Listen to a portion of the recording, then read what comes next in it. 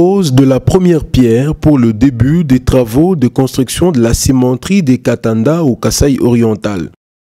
Cet événement de taille, présidé par Louis Kabamba Watoum, ministre de l'Industrie et représentant personnel du chef de l'État, a été rehaussé de la présence de plusieurs personnalités, parmi lesquelles des ministres, des sénateurs, députés, gouverneurs et notables du Grand Kasaï. Plusieurs allocutions ont été présentées, notamment par le gouverneur du Kasaï oriental, Jean-Paul Mbouboua-Kapo, qui a appelé les investisseurs dans tous les domaines à venir construire dans sa province, car cette cimenterie pourra répondre à la demande croissante en matériaux de construction et participer activement à la modernisation de l'espace Grand Kasaï.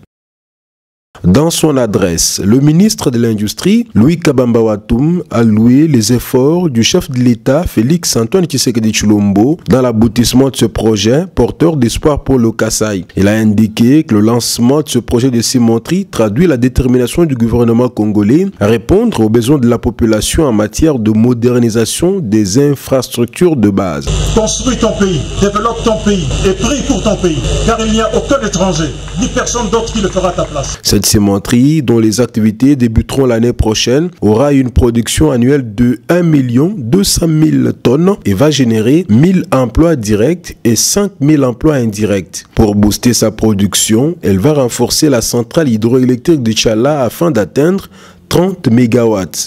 Ça fait effectivement longtemps qu'on a parlé de la cimenterie de Katanda, mais cette fois-ci, on est arrivé à quelque chose de concret.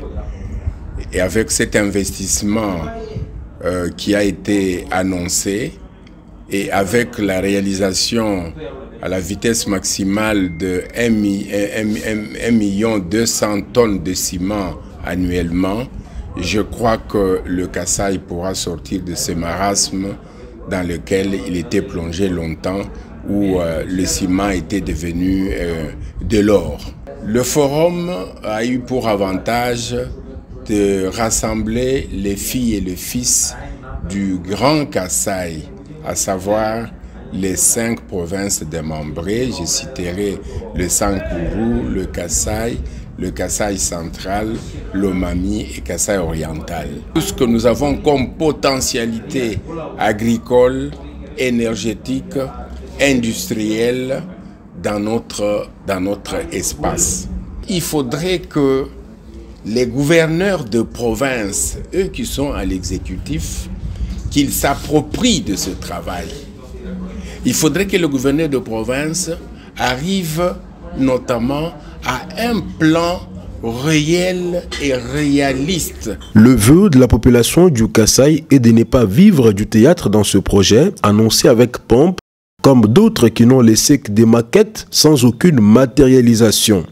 Aux décideurs d'en assurer les suivis. C'est ça ce qu'on attendait, d'avoir ce genre d'usine de ciment dans la province du Kasaï oriental. Le ciment, c'est un produit stratégique. Si vous l'avez, vous pouvez vous permettre de construire votre pays, construire votre province. Je pense qu'avec cette usine qui sera opérationnelle d'ici 2 ans, nous allons pouvoir reconstruire suffisamment notre province.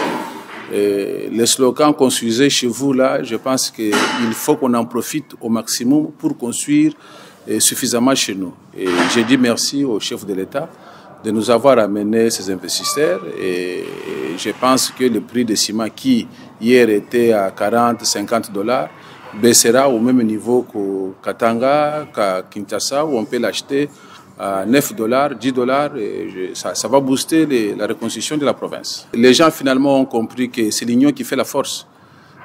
Quand il y a ce genre d'événements, qu'on se retrouve tous pour pouvoir appuyer cela, et ça donne une bonne ambiance de fraternité et en créant une synergie de développement. Et nous, en tant que caucus de la province du Kasaï oriental, notre rôle, c'est de faire le suivi.